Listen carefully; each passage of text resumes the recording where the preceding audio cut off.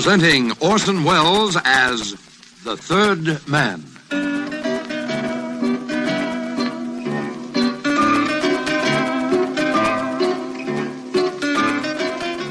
The Lives of Harry Lime. The fabulous stories of the immortal character, originally created in the motion picture The Third Man, with zither music by Anton Karas.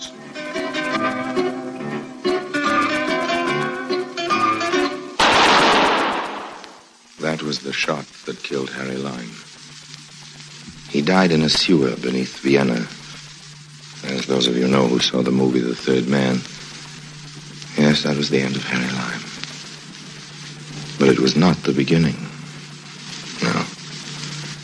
He had many lives. And I can tell you about all of them. How?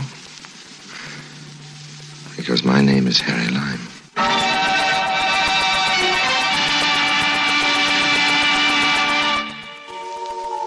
Buenos Aires, July 1944. The Argentine papers were full of the attempted assassination of Adolf Hitler. It had failed, but all of us knew that the Nazi Party was doomed. Buenos Aires was full of those once high in the Nazi councils, and they brought with them money, jewelry, art treasure.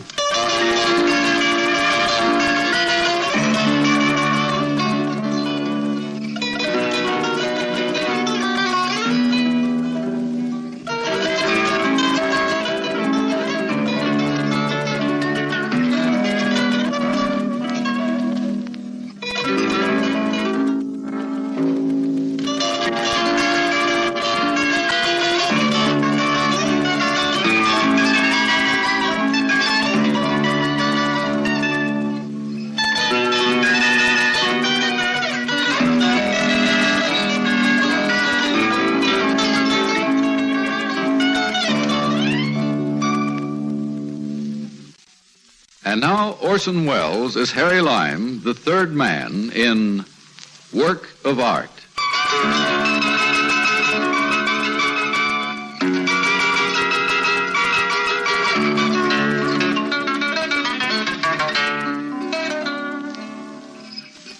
Yes, there I was in Buenos Aires, just a clean-cut young American boy looking for a chance to hustle an honest buck. A friend had given me a letter to Senor Juan Fernandez, a gentleman with a handsome face, impeccable manners, and no morals. My informant had indicated that the senor might be helpful in guiding me along my chosen path. But when I called at his art galleries, housed in a brownstone building just off the Plaza del Congreso, he refused to see me. Well, there were always other sources of income to be found without Senor Fernandez's help, and the bar at the Casa del Oro seemed an ideal place for a young man to start a career.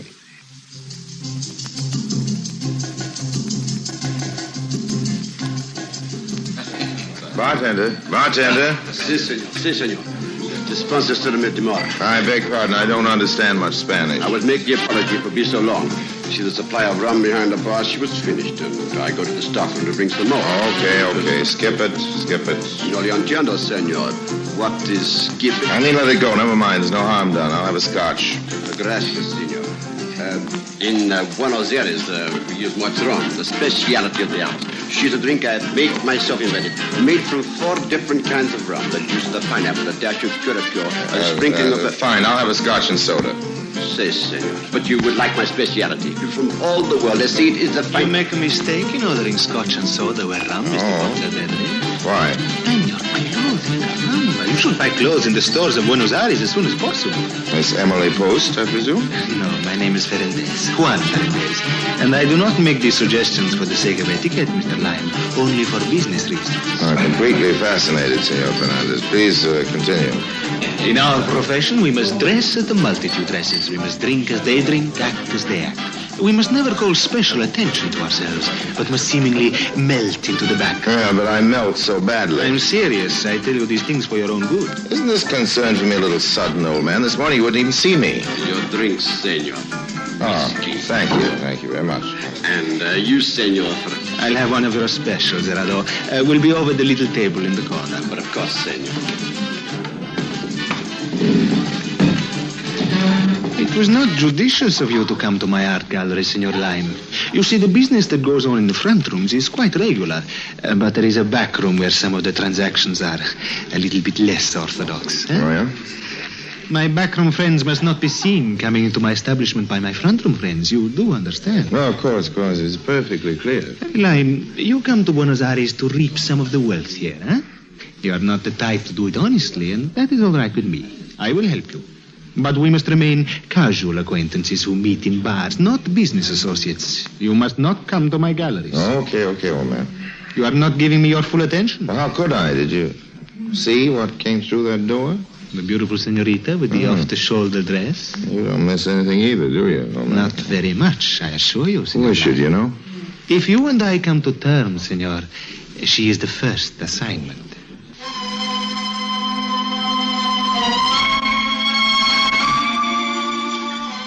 Senor Ferendez was about as communicative as a penguin.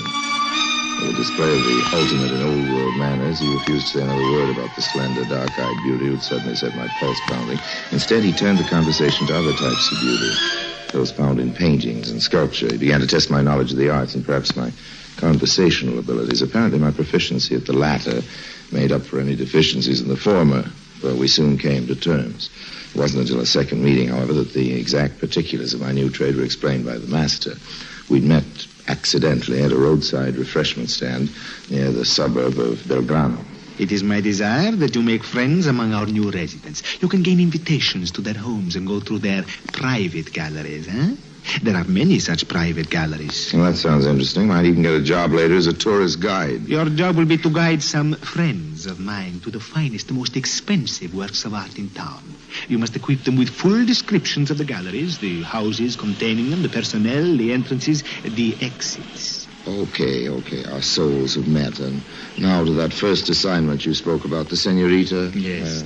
Little is known of Senorita Melissa Corday. She came here a few months ago. She rented an expensive villa, and she's invited only a few close friends to see her art treasures. But according to reports, she's the owner of the most valuable painting in all of Buenos Aires, an original Rubens worth a fortune. All that and original Rubens, too.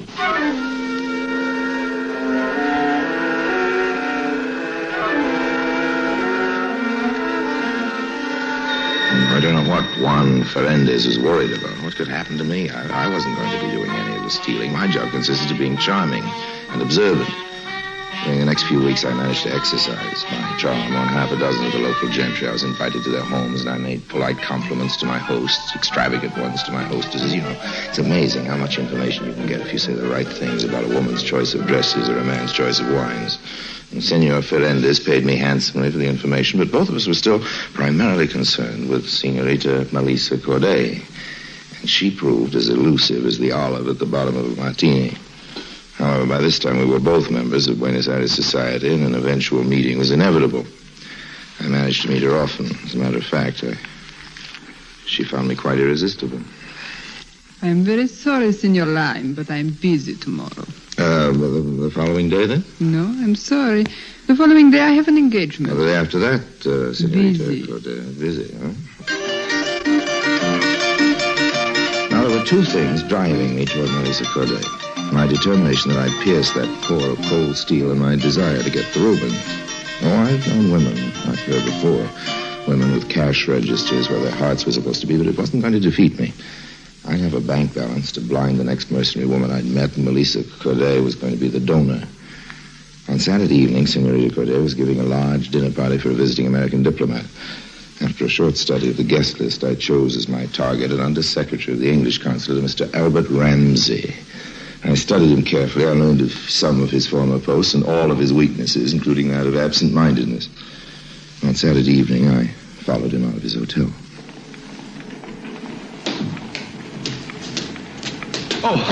Sorry, Sam. I'm sorry. I wasn't looking. Bertie. Albert Ramsey in the flesh. Oh, yes, in the flesh, as you say. How have you been, old boy? I heard you were connected with the concert over here, but I haven't had a chance to look you up. It is good seeing you Well, again, yes, it's old nice man. seeing you. Imagine bumping into good old Bert Ramsey right in the middle of Buenos Aires. It's been a long time, hasn't it, old Well, I man? hope you'll forgive me, frightful memory, but I don't seem to remember quite where it was. Oh, you're last joking, time. of course. You remember. It's at the Shoreham Hotel in Washington. Oh, yes, Yes, of of course. How frightfully stupid of me. Washington, eh? Yes, Washington. Must have been about 40. 1940 it was, but exactly. And you say you have a bad memory. This is really a break bumping into you on my first free evening since I got here. You've got to have dinner with me, old man. Well, fact of the matter is, I have a dinner engagement. Charming girl. Having a bit of a party tonight. Promised I'd go. Well, I'm certainly not going to say goodbye after having been lucky enough to run into you. I hate these dinner parties myself, but then maybe you couldn't take me along even if you wanted to. Oh, I dare say it'd be all right. Well, as long as you say it'd be all right, you're sure I wouldn't be intruding? Oh, no, of course not. No, a pretty girl like that'll be delighted to have me bring a handsome young chap around. Probably only invited an old duffer like me because she needed an extra man. Well, if you're positive, it's all right. Oh, I do have a confession to make, though. That rotten memory of mine, you know. I remember our meetings in Washington, plain as though they occurred yesterday, but your name slipped right out of my mind. Can you imagine that? Well, don't apologize. It's Lime. Harry Lime.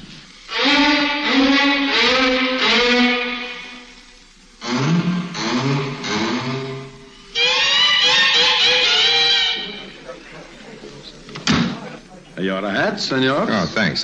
Here, take my stick, too. I've got a stalwart companion with me now. I won't need a stick if I'm attacked by rogues. That's a good one, Bird. That's a good one. Here comes our hostess. Good evening, Mr. You look simply ravishing, my dear. Look, I want you to meet an old and very dear friend of mine, Mr. Harry Lime. I've had the pleasure. Oh, you don't say. I didn't know. Oh, I'm terribly sorry, Melissa. I didn't know Mr. Ramsey was coming here. I bumped into him. Oh, it's all my fault, my dear. Harry and I met accidentally, and I hadn't seen him for years. I simply insisted that he come along. I suppose I was so busy chatting about old times, I didn't get round to telling him who our hostess was. I see. I hope you'll pardon an old duffer. Yes, of course, Mr. Ramsey. Of course, you could call the police or have your servants throw me out. I say he's droll, isn't he, my dear? Very. Well, come in and have a drink. The others are a little ahead of you already. Oh, we'll catch up, won't we, Harry? Oh, I don't think I'll have a drink tonight. I don't want a chance dulling my senses. I understand Melissa has an art collection that's really worthwhile seeing. You're interested in art? Oh. Somehow I didn't think you would be. I'm very, very, very interested. Perhaps I've been wrong in my estimate of you, Mr. Lime. I'll be happy to show you my gallery, if you really think you'd enjoy it. Well, honestly, Miss Corday, nothing could fascinate me more.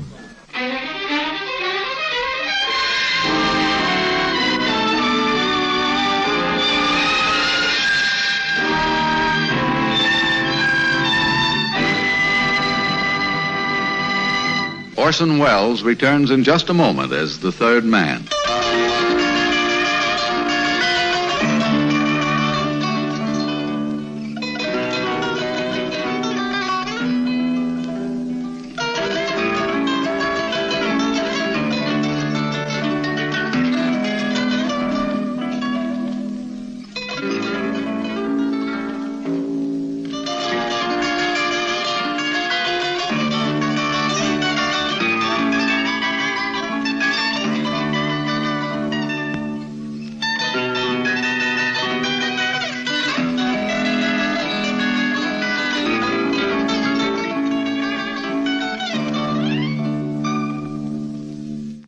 And now, Orson Welles, as the third man, continues with Work of Art.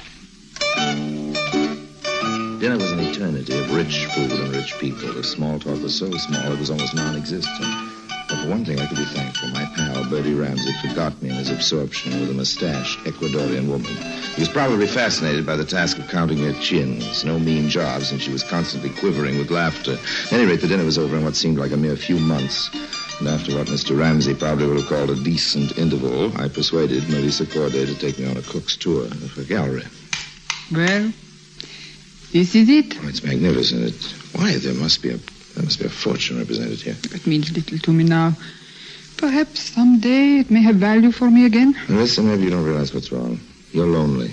This first painting's quite interesting. A little-known artist, Constantine Langmuir, painted it. I suppose it has little intrinsic value, but I recognize the scene. A little cove on Riviera where I used to go when I was a child. Oh, that's lovely. That's a Degas over there, isn't it? Yes. And a Rubens. That is a Rubens, isn't it? Yes.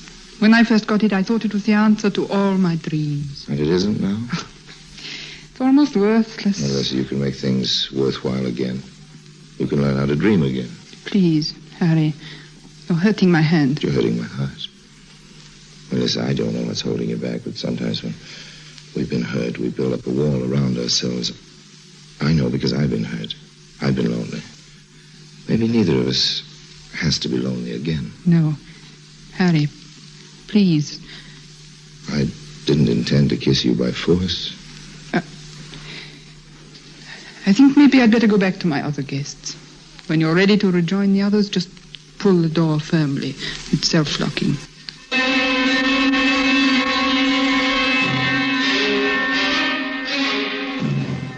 The gallery was in a separate wing of the house, connected to a small sitting room with only the self-locking door between. The sitting room had a large French door that led to a small balcony, and the street was only 7 or 8 feet below. On the other side of the sitting room was a good yard. Melissa's. The servants' quarters must be miles away. It was a setup. And Harry Lyme wasn't going to give this setup away for any 25% of the Rubens' value. Let Ferendez take his 25%. It was going to be 75 for me. I wedged a match in the lock, and then I rejoined the gay party of the doddering diplomats. Oh. Well, there you are, my boy. Did you manage to come out with the Picasso under your coat? It wouldn't quite fit, but... We'd all give our eye teeth of some of Melissa's paintings. She has some real beauties, doesn't she? Well, let's say she possesses real beauty. Oh, well put, old boy, well put. Have a drink, Harry. No, I really have to be going, Melissa, if you'll excuse me. The night's young yet, Harry, the night's young. I expect a busy day tomorrow. I'm awfully sorry. Well, if you must go. Please don't bother seeing me at the door, Melissa. I don't want to take you away from your other guests. Well, goodbye then. Adieu. Good night. Bye now. Buenas noches. You are leaving, Senor Lyme? Yes, I have to be going. I will get where you go. Oh, I just had a little accident. The button off my coat. You wouldn't happen to have a needle in the thread, do you? A needle?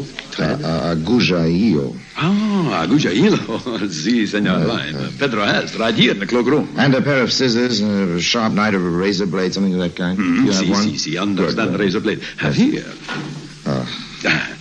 See? Needle, thread, razor blade. You want Pedro to sew off? No, thanks very much. I can manage. I hate to keep troubling you, but suddenly I seem to be very thirsty. Do you think I might have a glass of water? Si, senor. Oh, thank you. If you could get it while I sew this on. Of course, senor. I shall be right back. No. Take your time. Take all the time in the world.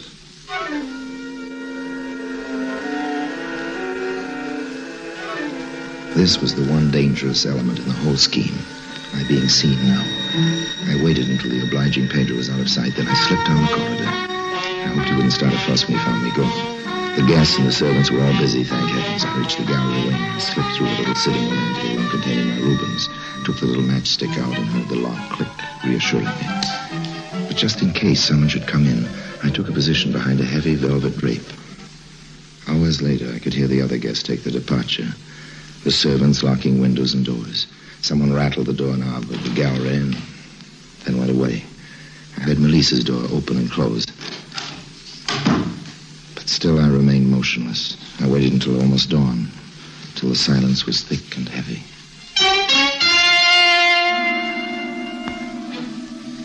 Stealthily, I approached the priceless painting. I took the razor and slipped the canvas neatly from the frame. I rolled it up and slipped it into the lining of my coat. A few hurried stitches took care of the rip I'd made for it. I held my breath as I tiptoed to the door and opened it gently. Crossed to the French door that led to the balcony. Below was the street and safety. The latch worked easily. I started to turn the handle.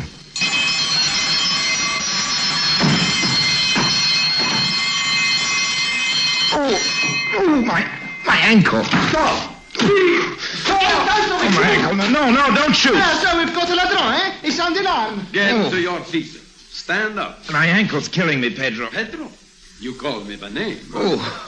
Carlos, flash your light in his face. No. Pedro, Carlos, what in the world is going on? We have caught for you a burglar, senorita. A burglar. He is Senor Lyme. I call the policia. No, senorita? Wait just a minute, Carlos.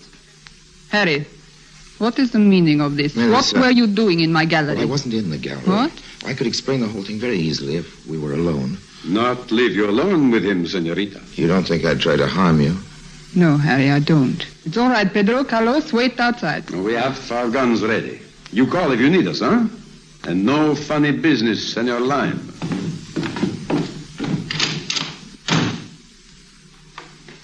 Well, Harry? I did a silly thing. I guess you wouldn't talk to me earlier, and I had so much to tell you. Things I couldn't say before your other guests. Harry. So I came back to steal something. I came back to steal a few hours alone with you. Oh, So I tried to sneak out and, well, you know the rest. Oh, you're going to make Carlos and Pedro very unhappy. They thought they'd go to Ladrone. Oh, poor Harry. Your ankle hurts you very much. Well, when you look at me like that, I can't feel any pain. Oh, you'd better go back to your hotel and rest. Yes, I guess I'd better. Could I phone for a cab? Oh, I'll send you home in my car. Pedro can take you. You're very kind, Melissa. Monday morning came, with it the newspapers. Probably carrying my description. But no, there was no mention of the robbery. For some reason, Melissa Corday had not reported the theft. Maybe the old lime charm had been more effective than I thought. Still, wasn't taking any chances. I made my way most carefully to the galleries of Senor Ferentes. And this time I insisted on seeing him.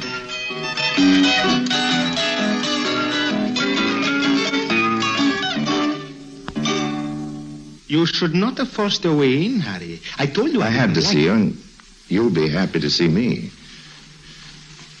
What in the world are you doing? Just removing a little painting I happened to pick up.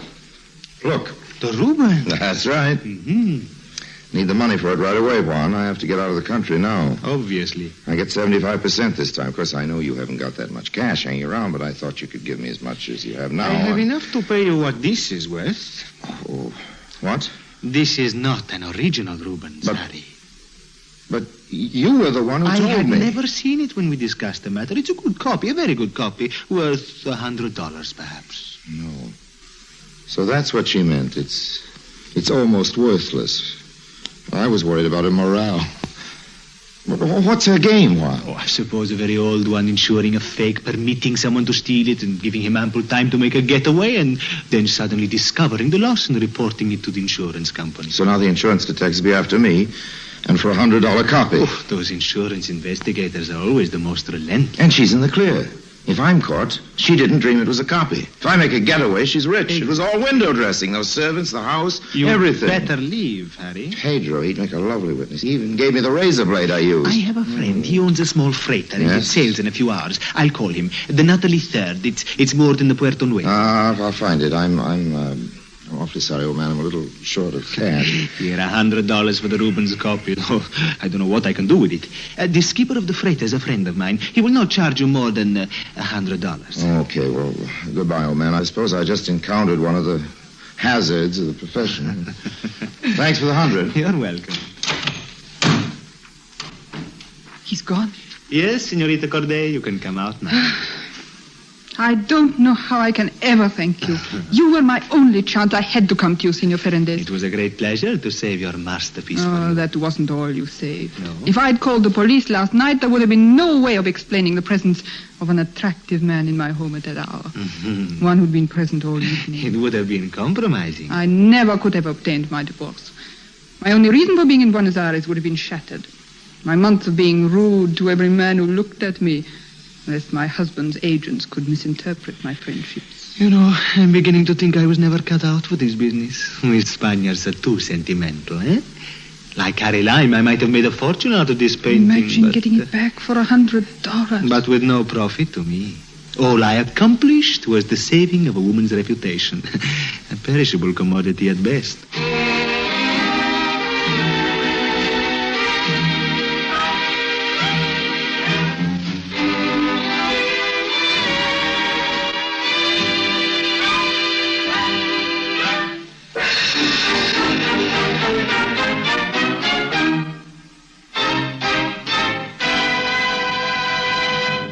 Harry Lime returns in just a moment.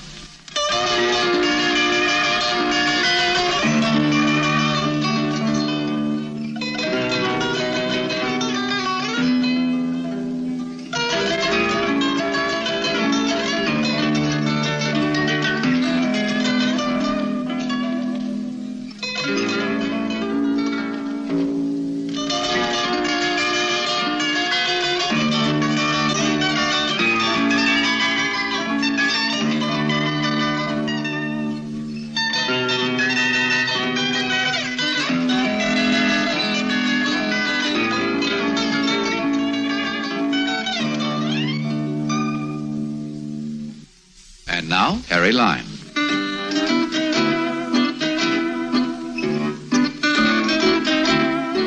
Of course, I hadn't witnessed that last scene. I reconstructed it later from a few newspaper clippings. One reported the final divorce of Melissa Corday, former wife of a Nazi munitions manufacturer. Another reported her marriage to Senor Juan Ferendez, well-known Argentinian art dealer. And a third, which must have been released to the press in anticipation of my reading it somewhere, told how a priceless work of art had been recovered for a $100 reward. It had been a work of art, all right.